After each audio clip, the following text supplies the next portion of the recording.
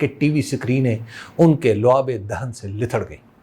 جس طرح governor general Ghulam محمد کو ایک احتجاج کے موقوف ہو جانے پر اپنے فاتح عالم ہو جانے کا یقین ہو گیا تھا، بالکل اسی طرح کچھ لوگ عمران خان کی گرفتاری کے بعد اپنی جہانگیری پر خود ہی ایمان لے آئے۔ عمران خان کو جس انداز میں توشہ خانہ سے کچھ لینے اور اسے بیچ دینے کا مقدمہ قائم کر کے پکڑا گیا ہے، وہ سوائے ایک مذاق کے کچھ نہیں۔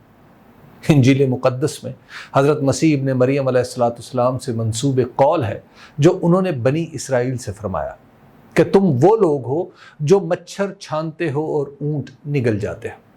اگر توشہ خانہ سے جناب نواز شریف، آصف علی زرداری اور دیگر زعماء کے لیے ہوئے تحائف کی فہرست دیکھی جائے تو صاف لگتا ہے کہ عمران خان کی وصول کردہ تحائف کی حیثیت نگلے ہوئے اونٹوں کے مقابلے میں محض مچھر ہے جسے چھان پھٹک کر الگ کر لیا گیا ہے۔ اگر یہ مان بھی لیا جائے کہ پاکستان میں یکایک قانونی ضابطوں کی پاسداری کا رواج ہو گیا ہے تو پھر قانون کے مطابق ملزم کو گواہ تو پیش کرنے کی اجازت مل جانی چاہیے تھی۔ اس مقدمے کے منصف نے جس دلاوری سے ملزم کا حق دفاع ختم کیا ہے، اس نے قانون کو اس ہمایونی یعنی برکت اور سعادت سے محروم کر دیا ہے جس کے لیے اس کی حکمرانی کا تقاضا کیا جاتا ہے۔ اس مقدمے پر لاہور ہائی کورٹ بار ایسوسی ایشن اور سپریم کورٹ بار ایسوسی ایشن کے بیانات ہی پڑھ لیں تو اندازہ ہو جاتا ہے کہ منصف نے انصاف کے تقاضوں کو کس طرح روند ڈالا ہے۔ اس فیصلے کی داد اٹک جیل میں بند قیدی ہی دے سکتے تھے، سو انہوں نے دی۔ یہ معاملہ کچھ یوں ہے کہ جب عمران خان کو اٹک جیل میں ان کی کوٹھڑی کی طرف لے جایا جا رہا تھا تو انہیں ایک راہداری سے گزرنا تھا جس کے دونوں طرف قیدیوں کی بیرکیں تھیں۔ جیسے ہی قیدیوں کی نظریں ان پر پڑیں تو انہوں نے عمران خان زندہ باد کے نعرے لگانا شروع کر دی۔ چھوٹی سی ڈیوڑی پار کرنے سے پہلے ہی نعروں میں اتنی شدت آ گئی کہ جیل انتظامیہ کو انہیں خاموش کرانے کے لیے مداخلت کرنا پڑی۔ یہ منظر دیکھنے والوں میں سے ایک نے کہا، دیکھو اتنے سارے گناہ گار بھی اسے بے گناہ کہہ رہے ہیں۔ جو فیصلہ جیل کی فصیلوں کے اندر بھی کسی کا بھروسہ نہ جیت سکے تو مطلب یہ ہے کہ اس کی تہ میں قانون سے زیادہ فرمائش کا عمل دخل ہے۔ یہ فرمائش کسی ہما شما کی نہیں، حکومت میں شامل سیاستکار گروہوں میں سے سب سے بڑے گروہ یعنی مسلم لیگ نون کی طرف سے کی جا رہی ہے۔ ایک بار نہیں، بار بار، صرف بڑے ہی نہیں، چھوٹے بھی یہ فرمائش کرتے رہے ہیں کہ پلڑے برابر کیے جائیں۔ پلڑوں کی برابری کا پیمانہ یہ ہے کہ عمران خان کو نااہل کر کے گرفتار کیا جائے، پھر الیکشن کرائے جائیں تاکہ مسلم لیگ نون کا کوئی مد مقابل ہی نہ رہے۔ برازیل کے بے مثال ناول نگار پاولو کوئلو نے کہا تھا کہ جب آرزو میں شدت آ جائے تو کائنات کی سبھی قوتیں اس آرزو کو پورا کرنے میں لگ جاتی ہیں۔ عمران خان کی نااہلی اور گرفتاری کی فرمائش غالباً پچھلے ایک سال میں اسی شدت کی آرزو بن گئی ہوگی کہ پاکستان میں موجود کائنات کی سبھی قوتیں اسے پورا کرنے چل پڑی اور آخر کار وہ ہو گیا جو دل کی گہرائیوں سے چاہا گیا تھا۔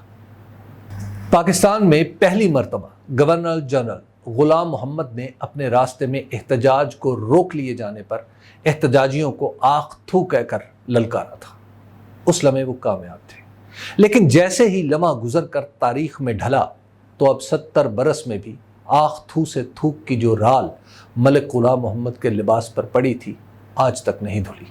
ہو سکتا ہے آج بھی خوف کے اس ماحول میں احتجاج نہ ہونے پر کوئی آنکھ تھو کر رہا ہو، کسی کی بے پایاں انا کو اٹک جیل بھیج دیے جانے والے کی صعوبت سے کچھ سکون ملا ہو، لیکن سبھی یہ نقطہ فراموش کر رہے ہیں کہ 1950 کی دہائی میں پاکستان کے سب سے طاقتور شخص یعنی گورنر جنرل کی سواری گزارنے کے لیے راستے بند کیے گئے تھے کہ کوئی اس شاہی گاڑی پر پتھر نہ پھینک دے۔